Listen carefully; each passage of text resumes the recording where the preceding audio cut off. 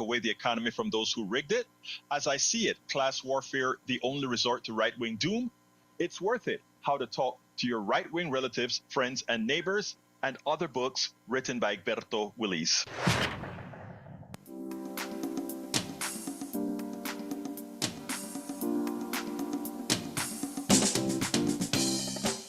Welcome to Politics and Right. My name is Egberto Willis, your host. Good morning, Houston. Good morning, Harris County. Good morning to the great state of Texas. Good morning to the United States of America. And good morning to the entire world receiving our signals via the magic of the internet created by we the people of the United States, not the billionaires. Of course, those are the ones who have usurped its power. And we are here to take it back. Welcome, Lunar Echoes 87 in the chat. You're the first one in the chat. Anyway, before we go any further, let's get busy and go to the geniuses, los genios, the people who make it happen in the studio. Good morning, El Señor Howard Reynolds and Jacques Van Beba. Oh, those heinous geniuses. Here we are. It is Tuesday morning at the radio, the 18th of March, 2025. Jack, did you go and get that internet back from those billionaires? Well, no, not yet. Well, I told you to do that yesterday. Well, I didn't have enough guns. Oh, well, darn it. I have a rant today, and I think this is very important to point out. Rant on. Over the weekend, some dangerous people were deported to, was it Venezuela? Salvador, Okay. El Salvador. El Salvador. Okay, some dangerous people claiming they're dangerous people. Now, we don't really have any proof of that. Okay, so they're deported. Now, a judge had issued a order to stop that information, to stop that from happening. And it seems like they're not sure, because we're not sure yet, what was disobeyed. Did he disobey a court order? Did this really happen? And that's not just the most important part. Well, it is one of the most important parts, but the other important part is the MAGAs are going, oh my God, you wanted us to keep these criminals in the United States. No, that's not the point. The point is you have to follow court orders. Now, if you defied a court order, you will be held in contempt of court. And that is dangerous. If you went ahead and did it anyway, you're in contempt of court. And these judges can make these orders stick. So let's see what happens here. The point of the matter is, did Trump disobey a court order by doing this anyway? I don't really care if dangerous people were deported. Good, if they were truly dangerous. But you don't defy court orders, ever. The president is not above the law. And this court had better make sure he knows he's not above the law if he did this. Because then, what's next? What court order are you going to ignore next and do whatever you want to? You can't do this as a president. This is not presidential. And there's my rant for the day. I agree 100% with your rant, my dear brother. I agree with your rant. And yes, he defied the order.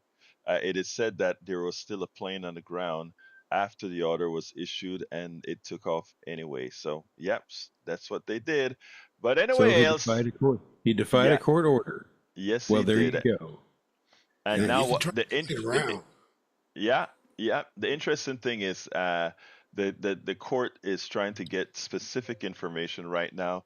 The problem is the court doesn't have an army to go ahead and arrest the president. The court has to leave that for the executive to handle. And guess who the executive is? Donald Trump. A constitutional crisis. Anyway, Jack Van Bever, what's our wisdom of the morning, sir? It's kind of goes along with what y'all were talking about. Howard's rant was. It was something that happened to me this weekend, but it was something Neil Aquino said. Authoritarian rule needs an institution to project authority from. I experienced this firsthand from a sheriff's officer, no doubt on a training exercise. Get this. really get this. They stopped me for walking my dog on the wrong side of the street. My dog doesn't know what side of the street is, you know. So he goes about his business of checking his P mail at various locations. And, you know, I mean, this is crazy. It just sounds crazy that they would stop a person for walking their dog on the wrong side of the road in Bay Cliff. I have a Where there's, question. Uh, yeah, I didn't know there was a I didn't know there was a wrong side for a walker to walk on a road. I didn't know that. Is there a wrong side? well, they've been doing this for a while. They want you to, when you're walking, to walk into traffic, but when you're riding, you ride with the traffic. Is If that a you're on a law? bicycle, I don't know. You know that's what they claimed. You know, actually, it's more a safety concern. You know, it's why they did it, but it felt more like intimidation. You know, it really felt more like intimidation. And I knew if I was protesting, but I knew if I didn't comply, they'd burn me down. So Did they this, ask you for ID and all of that as you were walking? yes, I gave them my ID. Yeah. Amazing.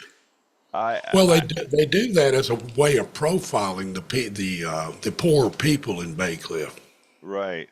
If they got anything on them, then they pick them up. That is quite interesting. That is quite interesting, and I don't know. I think that is something that should be taken further, to put it bluntly. Um, Anything else, my brother? Well, I just didn't know I was going to have to fear the police while I'm walking my dog, you know, but that's what authoritarianism does. Well, And that's what the it's intimidation does. and that's what it feels like. Imagine that you said it actually seemed like a training mission, because you told me about this yesterday, I recall, and you said it was evident that the person riding in the car with the other cop was a trainee, and Right. he wanted, so that is She, shameful. she, She she. was a trainee. Yeah, she was a trainee. But anyhow, thank you for that. And Jack, that's a darn shame. Want to also welcome into the house, into our chat, Paul Fleming from Atlanta, Georgia, and of course our wonderful Joanne, our beautiful Joanne from Los Angeles, California, who gets up early in the morning to listen to politics done right as well. Thank you so kindly, Joe, for listening to both our 6 o'clock and our 3 o'clock program. And I saw somebody else in there. Sometimes my eyes goes crazy. Anyway, folks, I want to thank you guys for listening. We have a lot to talk about, mucho, mucho, mucho. But look, I know a lot of people are feeling distressed right now. We have Schumer, who went ahead without a fight, without extracting anything for the 7 Democratic votes or 8 Democratic votes that were needed to pass the CR. He gave up all possibilities of any kind of leverage, which means they ran ramshot over the country. I'm not even going to say they ran ramshot over Democrats. They ran ramshot over the country, because now what they've done is they've given Donald Trump uh, power that's actually codified, which means power written in law. Schumer, when he went out there, he made the comment and said, "Well, you know that it would have been worse if we had a shutdown." No, it wouldn't have been worse if we had a shutdown, because business would have started to crater, and they would have told Trump, "Hey, look, guy, I'm sorry, the economy is falling apart. You've got to make a deal to open it up." Because right now, what they did is they gave Donald Trump more power personally with Roge or Doge, what am I? Roge, Doge, with Doge and Elon Musk, without anything to protect the American people. Later on, I'm going to play a little Bernie if I get the time, a little 5 minute segment that Bernie had to say. But for now, since folks are already on the phone, let's go ahead and go to Johnny. Come on in, Johnny. And it's really angering to hear what happened to Jack, Magic Jack. And talking to him before I talked to you, he shared with me that this happened to him 10 years ago as well. And he doesn't think it's to do with the fact that he's a volunteer at KPFT. He says that they've done this to other of his neighbors also. So now, one more thing we got to think about. In addition to paying the Social Security office $41 to get a hard copy of your record, just in case something happens in the not-too-distant future because of the Dodge guy, the Doge or Dodge or whatever. It's all a Dodge. But I'm calling because of something that Captain Reynolds' rep said. You know, he's right. And then at the same time, we're also wrong on this. How do I mean? When I hear about these judicial orders that were ignored by Donald Trump and his law enforcement, it's like heads I win, tails you lose situation. So what do we mean by that? When they don't like if Barack Obama says to his Justice Department something, the Justice Department may or may not listen to what Barack Obama has to say. And we've seen evidence of this over and over and over again. Law enforcement, as you and I both know, they tend to skew to the right. There are more right-wing law enforcement than there are lefties. And among the righties, now we've seen more and more of an infiltration of white nationalists in both military and law enforcement. So when we get mad and cry or scream, hey, you need to be abiding by judges' orders, at some point in a not-too-distant future, something will happen where they will say, hey, they'll say to us, hey, you need to follow what the judge says because of something that a right-wing judge has done, which we know is blatantly unconstitutional. You see, they win either way. Heads they win, tails we lose. So how do we get around this outside of expelling Donald Trump from office? You don't. We got to remove them from office, and we got to tell Chuck Schumer and Nancy Pelosi, take a hike. You're expired milk. You're ruining the country. That's all I have to say. Johnny, I mean, I think a lot of folks don't understand. I think I have our good friend Paul Fleming in the chat who says, well, Schumer thought about it like this: we can agree to this stopgap or give Trump and Elon total power to decide. Uh, let's see. Let me. Paul, Paul Fleming, the actual number for the morning is 713-526-5738. 713-526-5738. I want to repeat it for Paul because Paul called on the number we actually have for the evening show. Let me repeat that number, Paul. 281. Hold on a second, Johnny. 281-823-77. 713-526-5738 is the number. Go ahead. Continue, Johnny. And then hit number 2. Don't forget that. Yeah, and then hit number 2. Thank you. Appreciate you. But I think it's essential for us to understand that the options weren't good. Paul Fleming is correct. The options weren't good. But the better options would have been to allow the Republicans to shut the government down and let Trump do whatever he wanted to do as far as agencies are concerned, because he is doing it anyway. Last night, they went into an agency with the FBI. After the agency denied them access, they went to the FBI, who went to the agency with them. And after going to the agency with them, the agency called the DC police. When the DC police went over, the DC police told them, hey guys, you got to let the Doge people in. The FBI is correct. Paul Fleming, Paul Fleming, the telephone number is 713-526-5738. I repeat, 713-526-5738. Anyway, anything else you want to add, Johnny?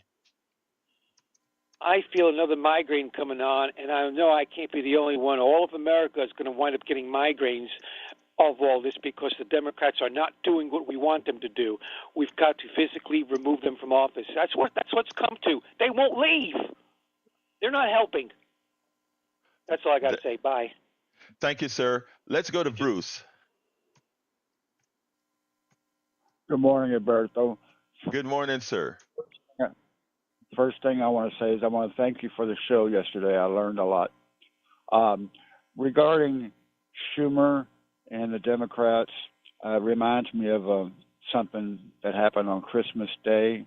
I lived in a cul-de-sac, and I noticed my neighbor's little boy had gotten a pedal car. It was a little fire engine pedal car. Mm-hmm. And I looked out there, and the boy had hooked a rope up to his dog, I guess to pull him around the cul-de-sac. But I looked a little closer, and I saw that rope somehow must have slipped. It was around the dog's testicles. So I walked over there and said, "Son, why don't you let me take that rope and hook it to his collar? You can go a lot faster." He said, "Maybe, but I'd rather keep my siren." But anyway, Donald Trump is the little boy, and the oligarchs and Donald Trump are the little boy. The rope was the CR, and the doggy is us. And Schumer had a chance to cut the rope. When we whine, it hurts, so we're going to whine some. But all the Marjorie Taylor Greens of the world do is say, "Look, all those liberals are whining. Trump's doing something right." So it doesn't accomplish anything. We have to cut the rope and spank the boy. I'm done. Look, Bruce, I hear you. I agree with you. And, at some point we have to spine up. Spine up mean that we understand we're going to pay a price. But, no matter what, the price that we pay by not fighting is first of all, people continue to go as far as they can when there's no resistance. When there's resistance, at least they think about what if I do this, what's the resistance gonna be? That is just how humanity is in the aggregate. As far as the Trump administration, they push things as far as they can. They do it with the judges as they're doing right now. They do it with the Congress as they do it right now. They've completely the the the Republican Congress has completely capitulated to Trump, even in the documents, even in the laws they passed. You brought up, no, I think it was our caller from Michigan that brought up tag, that brought up what occurred with the Congress saying one day is forever. You remember, so that they don't have to check anything that Donald Trump does in the Congress. They've given up their powers now officially in writing. I mean, at Can some I point, go ahead. can I say something about the police profiling? Back in the 70s, it was a lot worse. I had friends, and I was in my 20s. I had friends that had long hair and hippie vans, and they would get pulled over, and they would pull their paneling out of their doors and take their dang van apart looking for drugs, and there wouldn't be any. All right. And it happened so often they'd wind up either selling their van or cutting their hair. They just got tired of it. I got pulled over one time. I had long hair. Cop passed me going the other way, did a U-turn, pulled me over. I had just bought a stereo set. It was still in the box with the receipt laying on the seat. And he's like, "Where'd you get the stereo?" And so I just bought it. "You have a receipt?" "Yes, sir." "You work?" "Yes, sir." "Where do you work?" "FMC. I have my badge here." Okay. Well, have a nice day."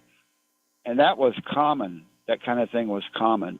So we have to watch out for that. But I'm going to shut up now. Thank you, my brother. That is a prescient story. Thank you. You have a wonderful rest of your day, Bruce. Paul Fleming, if you are still listening, the number is, well, you are still listening. You just posted again. It is 713-526-5738 to call in. Then you hit extension 2. The number you call was the afternoon number for the program. Glenn Ryan is in the house. Before I go further, I want to point out that Glenn Ryan, I went to have some coffee with Glenn Rand. You know, Glenn Rand, the same Glenn Rand that loves to give me a hard time in the chat, justifiably. And he did the Coffee with Egberto, and we had a whole lot of fun, right, Glenn? But he's back in the chat, and he says, the Dems have no spine, and if you don't like it, then stop voting for them. The only leverage you have is your vote, and you gave it away up front. I think that one is directed to me. And then he says to Paul Fleming, exactly, they would have had to make these choices and take responsibility for it. Anyway, folks, keep the chat going. Here's what I want to do. I want to play this piece from that, and I want our MAGA listeners that are right now. We have quite a few MAGA listeners, actually a large percentage of MAGA listeners. I want you to listen to this piece in detail.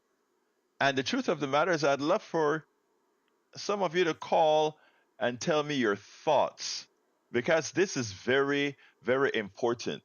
We better, and this is directed to my MAGA brothers and sisters, we better all team up for America. And I mean that distinctly. We better team up for America. And by the way, Glenn says, no, Egberto, it is directed at all Dem voters, not just you. I love you too, brother. All right, let's go ahead and play our piece here. You know, Trump and MAGA has this one thing about owning the libs, and they think that if they inflict as much pain on libs, the people they consider libs or progressives or blue states or blue counties, whatever it is, they believe inflicting as much pain in them is what gives them pleasure. I know it sounds arcane, but it's what gives them pleasure. Well, it turns out, you know, when I was growing up, there was always this saying in our culture that if you are going to be digging a grave for somebody, you better dig two. But in the case with MAGA, if you're going to dig a grave, make sure it is right-sized for yourself. Because as it turns out, most of what you are doing to harm those people who have no malice or ill intent against you, you just hate them because Donald Trump and the right wing has told you to hate them. Well, you know what? In doing so, what they're doing is telling you, in hating them, what we're going to do is actually going to hurt you. So that grave that you're digging is not for the libs, it's for yourself. I want you to listen to Jen Psaki, who kind of breaks it down with what these guys are doing to themselves.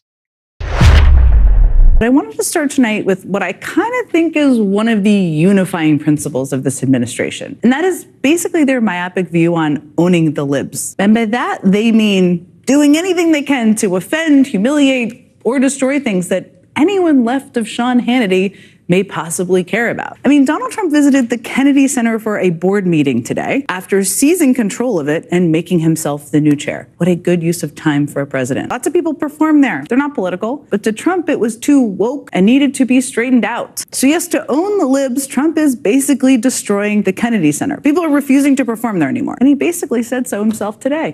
We'll make it great again, but it is so much like what I'm witnessing in other places. We have open borders. We have men playing in women's sports. It's all the same thing. It's all the same mentality and thinking. It's all the same mentality and thinking. The Kennedy Center, the culture wars, actual policy of any sort, it's all the same thinking to Trump. And it's exactly the same thinking when it comes to the way he and Elon Musk are gutting the federal government. I mean, take NOAA, which is the agency responsible for things like forecasting our weather and tracking climate trends and responding to extreme weather events. Most people accurately see it as an apolitical tool for knowing what the weather is going to be outside, which, hey, we all rely on. A place where a bunch of science nerds prepare for natural disasters. That's what happens in that building. But Project 2025 labeled it as, quote, one of the main drivers of the climate change alarm industry. Think about how absurd that statement is. This is an agency made up of scientists who are literally measuring and predicting weather patterns, some of which are caused by, yes, the climate crisis, and they're destroying that agency. That's the goal. That's front and center for the Trump team. That's what they're trying to do. Now, over the past few weeks, the Trump administration administration has slashed hundreds of NOAA staff, including people responsible for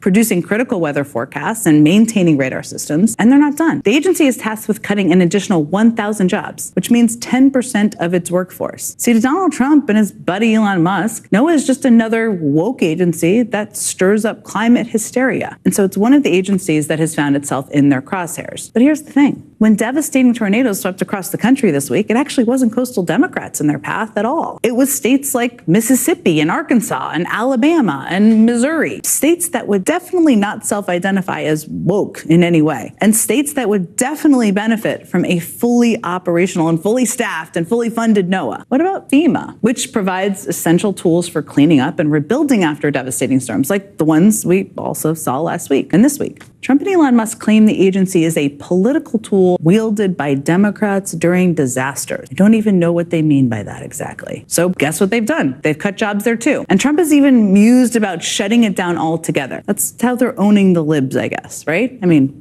that's their approach. But guess which states get the most recovery funding from FEMA and the Department of Housing and Urban Development? Well, states like Louisiana and Florida and Texas, not exactly target Democratic states, those ones typically. Notice the theme here? See, the things they've already done and things they're planning to do actually hurt red states more than blue states. They're trying to own the libs, but they're actually hurting Trump voters. The people they are hurting the most are in the very states that voted to put Trump in the White House. And we're seeing this everywhere, all the time. It's happening every day. They're hurting red states by working to repeal the Inflation Reduction Act, even though 80% of the investments are in Republican districts. They'll continue to hurt people who voted for them if they go after Social Security, which 1 in 5 Americans across every single state rely on. And they'll hurt lots of proud MAGA members if they go after Medicaid. In one Appalachian county in Kentucky, almost 90% of the residents in Harlan County voted for Trump, and almost half of them received Medicaid. One woman relying on a Medicaid-funded treatment program for addiction told the Washington Post, if it were to go away today, I would be homeless tomorrow. I would lose everything, all my counseling, all my treatment. If Trump takes the things that they're saying, it's going to be devastation for Eastern Kentucky for sure. And you don't have to just to take her word, or my word for that matter, for it. Here's Steve Bannon. A lot of MAGAs on Medicaid.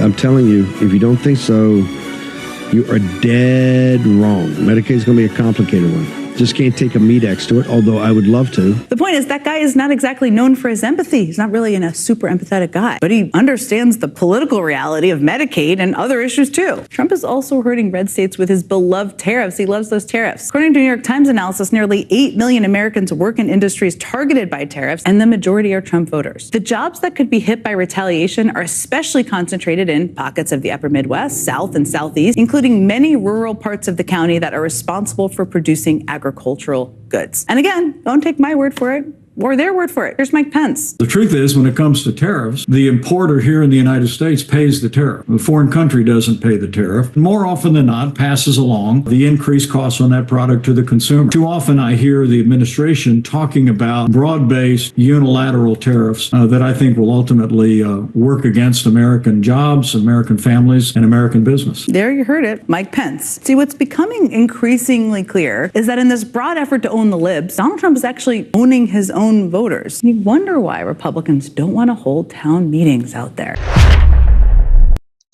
So yes, it seems like what Donald Trump, Elon Musk, and all these others are doing, instead of really dramatically affecting the libs, the progressives, it's really going to harm MAGA, rural people, more than anything else.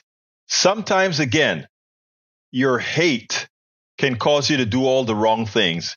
Your hate from putting a woman in office, your hate from putting a woman of color in office, because that hate has caused you to do something you know was best for you, but you chose otherwise, and now we've made the entire country to pay the price, but specifically you that voted this thug into office more so than anyone else.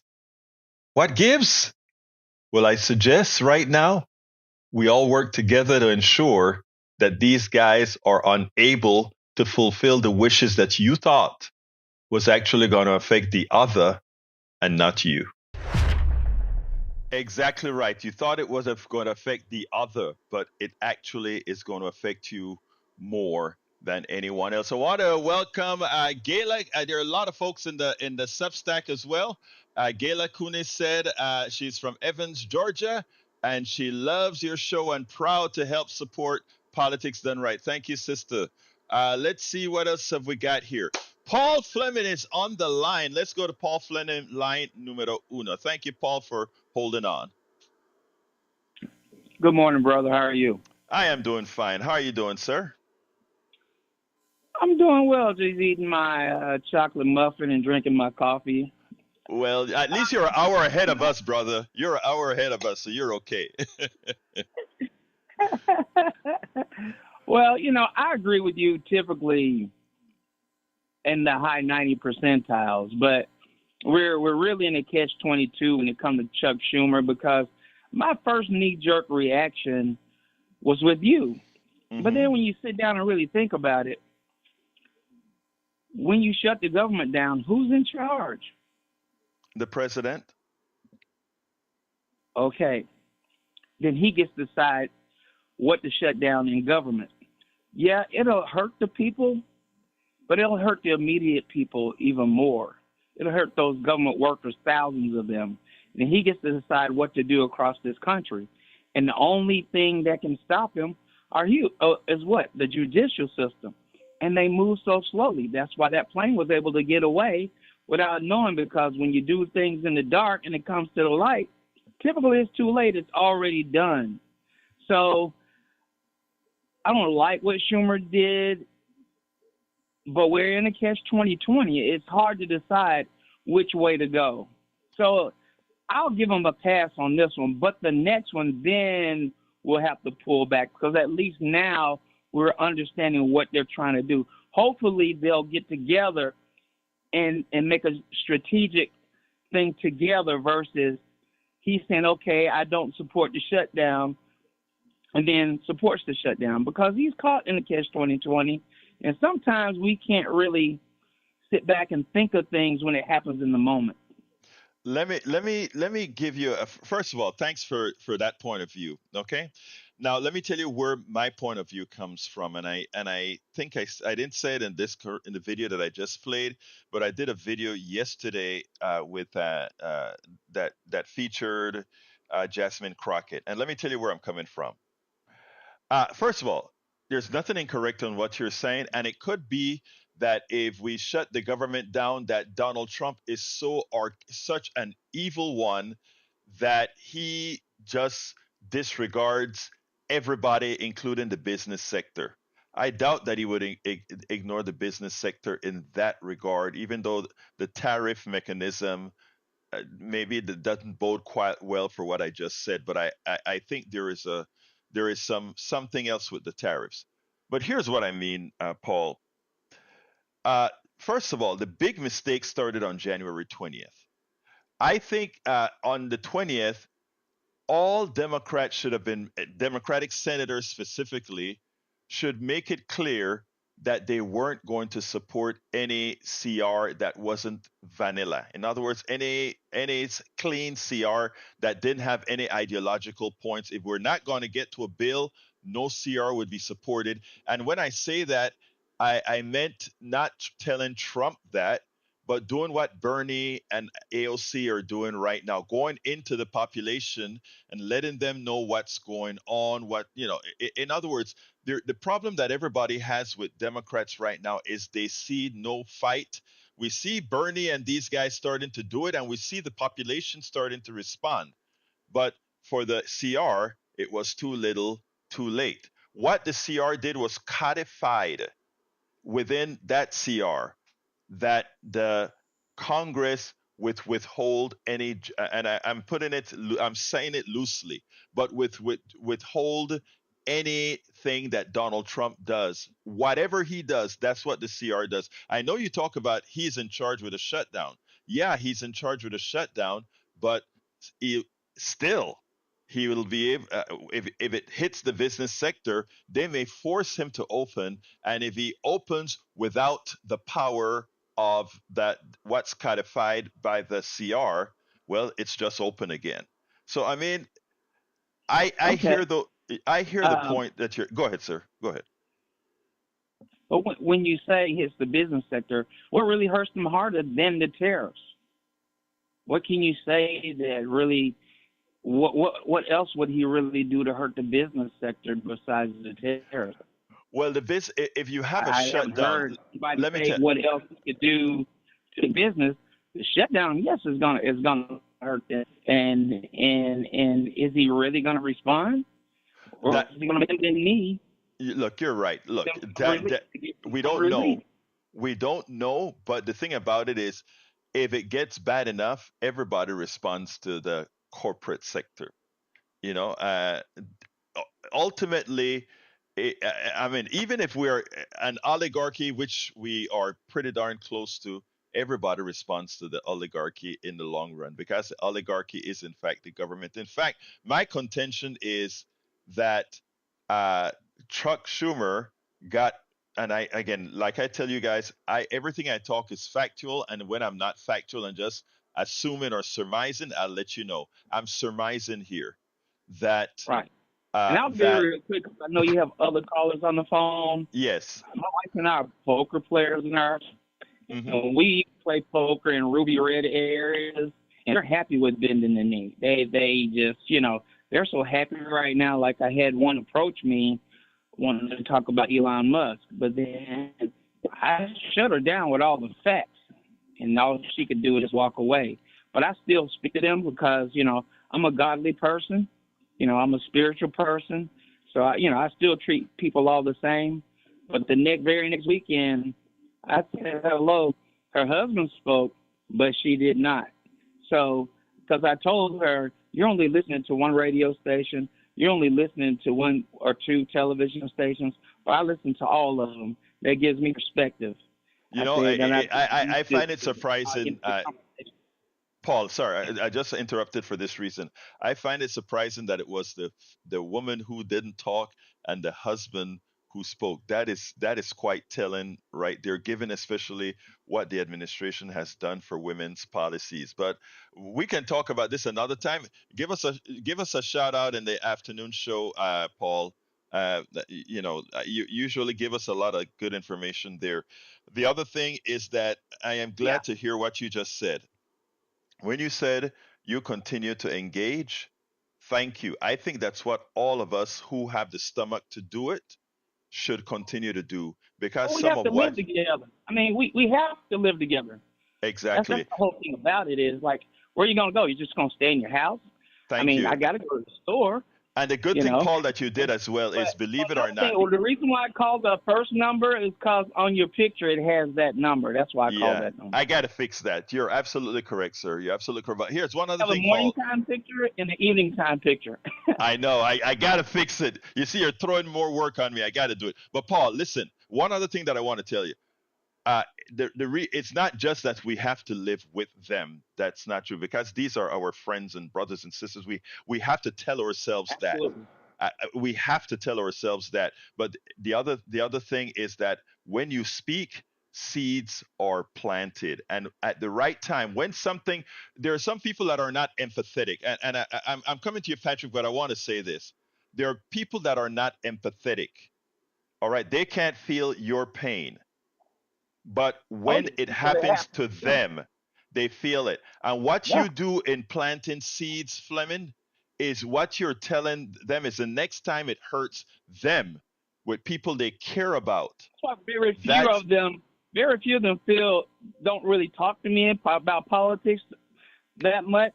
But every now and then want to feel like they have some information that they just have to tell me, like, what am I going to say to that? And then I just shut it down. I mean, I was like, just use common sense.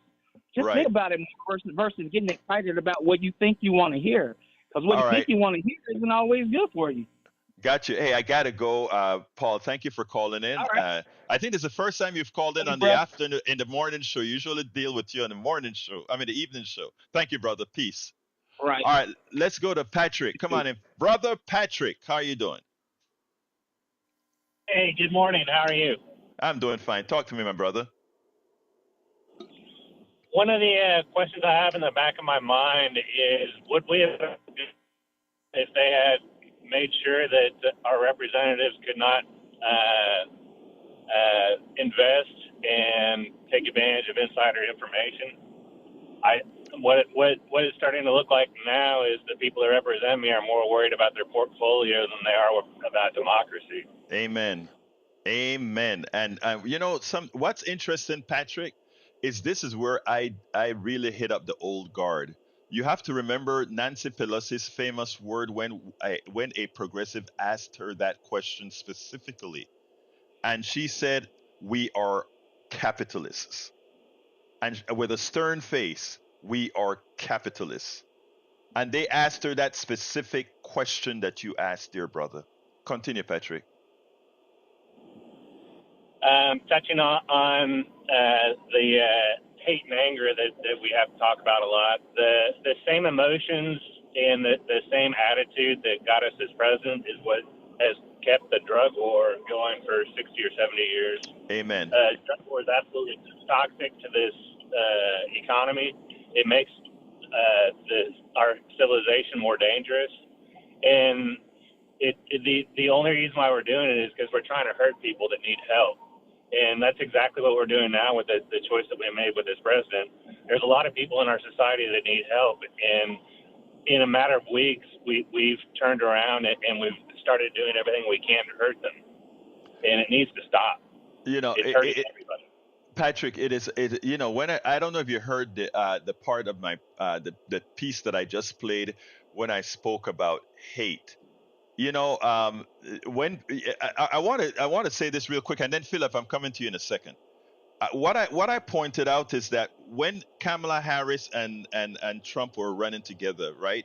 And when you took the names off and you put what each person's platforms really was, everybody jumped by a large majority to Kamala's platform. That's what they wanted. But when you put the names attached to it, it was a 50-50 proposition.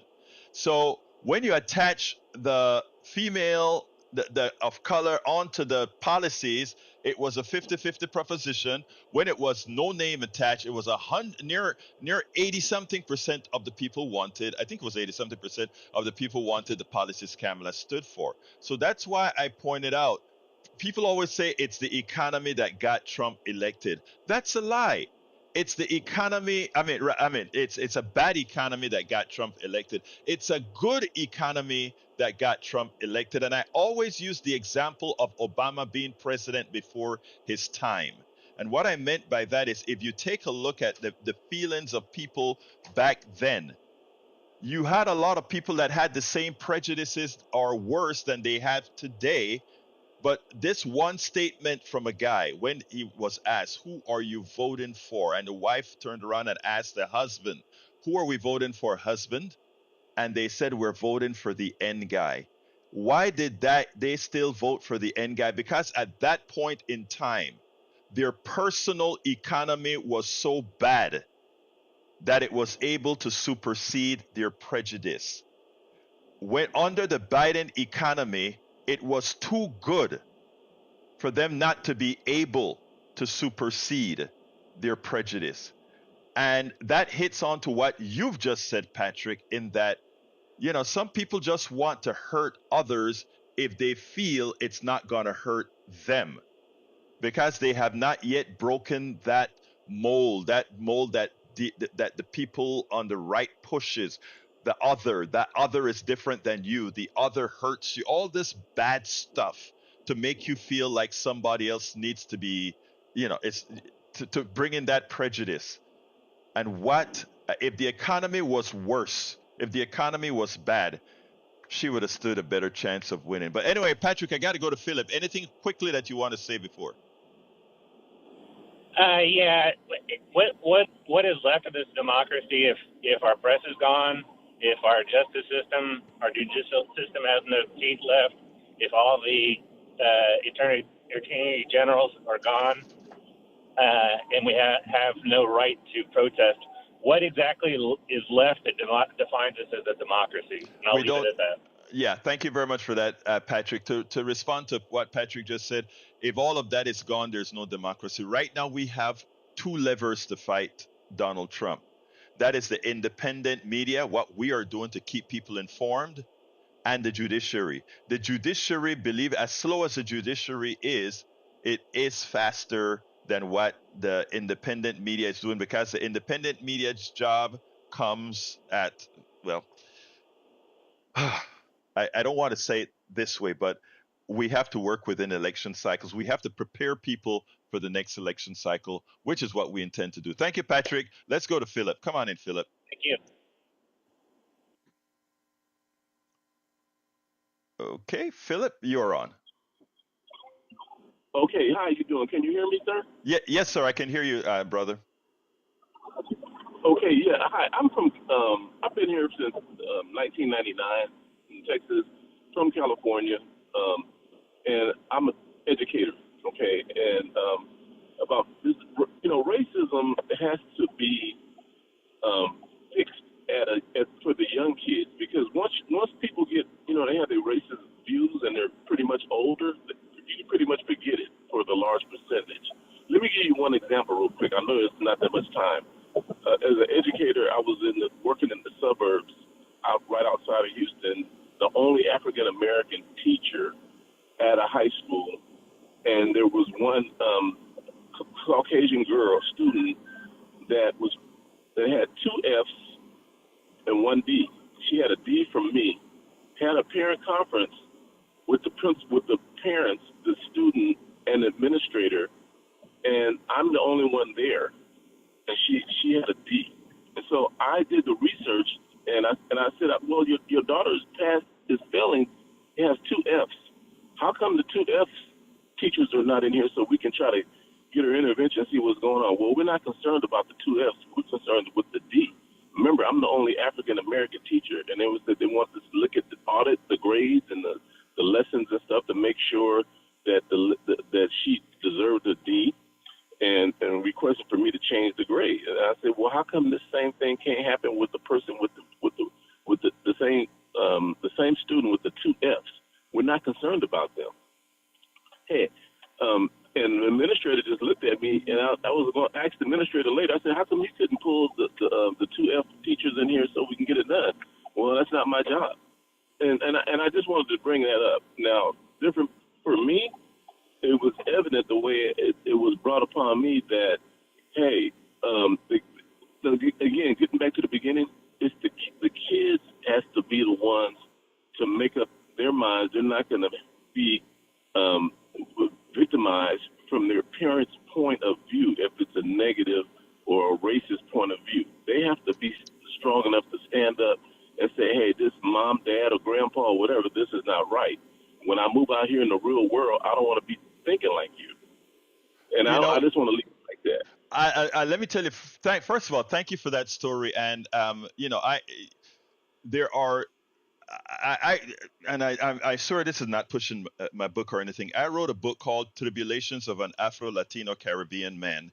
And that story that you just told about the difference in treatment on your job as a teacher, and you gave that good example, D versus 2 F's, and the D person is the one that was pretty much asking to why is it that this person made a D when there's evidence that the student wasn't a good student in the first place. But I mean, that's an important thing that you talk about when it comes to, you have to get folks from they are young to get out of this ridiculous framework of prejudice and racism. You're so right about that, and we ought to all be doing it. Here's the thing, though, and this is not good news. Donald Trump beat many of us to it, to continue the path of prejudice and racism. There are a group of young kids between the ages of 15 and 19 that are online. A lot of people consider them rejects, but these are gamers. These are all these group of kids that do these things that Donald Trump and his caustic manner and etc. has infiltrated that group. So where we thought we were making progress with the young, just as you mentioned, where we have to start fomenting the change of minds there, we have Donald Trump and his ilk, Elon Musk and all those guys that control social media, etc., programming these folks to bring back the hate. It is I think personally, I think it is, and Paul, not Paul, but Glenn Ryan is going to love me saying this. I think it has been a dereliction of duty of the Democratic Party for not going into these niches and being the counterweight to prevent that from happening. Because in the past, when we had segregation, a lot of that could be understood. People didn't live together and realize that they're all the same. But now, where we have integration, we shouldn't allow fallacies to create that modal, which is exactly what you speak about as well, Philip. So, first of all, thank you for the call. Give me opportunity to say what I just said, and we have a lot of work to do. Anything else you want to say, Philip? Nope, nope. And I know your time is short at the end of at this thing. One more question. What time is your day? Your evening? And is it Central Time? What time does it come on? Yeah, Central Time. I'm here in Houston. It comes on at 3 o'clock Central Time, and that one is on the internet. You just go to politicsdoneright.com and you'll find out everything about both of these shows. I have everything listed there and their details. So just check it out. And let me just also say, if you need to reach me directly, you can go to KPFT at politicsdoneright.com. KPFT at politicsdoneright.com. Okay?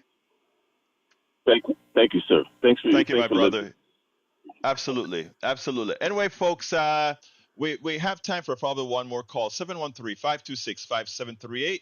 Again, that is 713-526-5738. Paul Fleming says, my boss's child was repeating what he heard from his father in the workplace, and the owner still allowed the child to come to the workplace because my boss said that she would talk to the father. Double standard many a times. While the U.S. grapples with an egg shortage caused by avian flu, eggs remain plentiful and affordable in Canada. There are reasons for that, including that egg farms there tend to be smaller, and there are other reasons. Good regulations. You know, Canada and Europe, they don't have the problems with the food supply that we have here in America. Anyway, folks, we have about 5 more minutes. 713-526-5738, extension number 2. 713-526-5738. Now, you know, when we hear Patrick speak about, Patrick sounded the alarm. When we lose the media and we lose the courts, what do we have?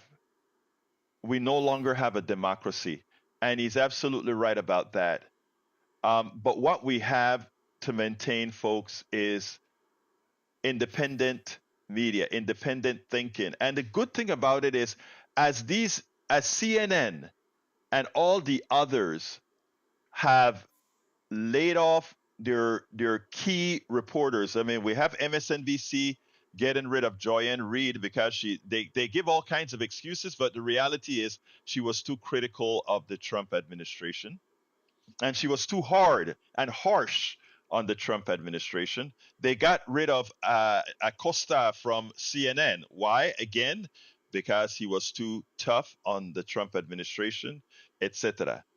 But in doing so, and I want you all to listen well, in doing so, they have unleashed those two very strong reporters. And how have they done that? These reporters went on to Substack, the same place that we are as well. And we have a lot of Substack subscribers as well here that I'm looking at, in fact, on the screen right now as well. They went on to Subscribe, a completely independent channel away from mainstream media. And you know what happened? Both of them, in one day, they got a full audience, both on their live programs and on the programs that they give at Substack with the articles that they're able to write.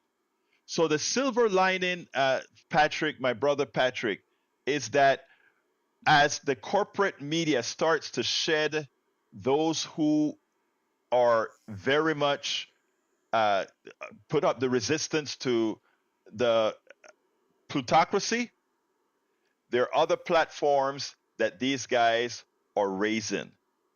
And by having an Acosta on Substack, by having a Joyanne Reed on Substack, by having the Contrarians on Substack, all of these guys are folks that have left mainstream media. By having them all, what it has allowed is for us to grow the independent media. Nobody tells Joyanne what to write about. Nobody tells Acosta what to write about. Nobody tells Egberto what to write about or discuss. And in doing so, they may not have realized that they have unleashed independence. And independence is a good thing. Let me throw it to the studio before I close out. Oh, nothing here. I've already done my rant for the day. Jack, what you got? Let's team up for America. That's right. Again, Ex-MAGAs, welcome here. There you go. There you go. Hey, talking about ex-MAGA, welcome here. Brian, where are you? You always close out our show. I know. We were looking for him, and we hadn't heard from Harry this morning either. Or we Harry. only got a minute left, so. Yeah, so you can't call now, guys. But Brian, you know we love you. Harry, you know we love you, and all of that. Brian, I think Brian didn't call because Brian is slowly becoming a progressive, okay? No, he's starting to wake up. He's going, oh, wait a minute. I didn't vote to close down the VA. I didn't vote to fire all those people. I didn't vote for these tariffs. I didn't vote for Doge. Yeah, but you got him anyway. And you know what, folks? You got a place to land. We love you all. And I'm not being facetious. We want you. We honestly want you. Together, we want to take back this country. And we mean that. Anyway, folks, look, thank you all for listening. The rest of the show, videos, etc., that I couldn't play because of time is at politicsdoneright.com/newsletter. politicsdoneright.com/newsletter. You can also write me directly at kpft@politicsdoneright.com. kpft@politicsdoneright.com. Thank you, Howard and Jack, for the wonderful work all of us work on together. Anyway, my name is Egberto Willies. This is Politics Done Right, and you guys know how I end this baby. I am what? Out!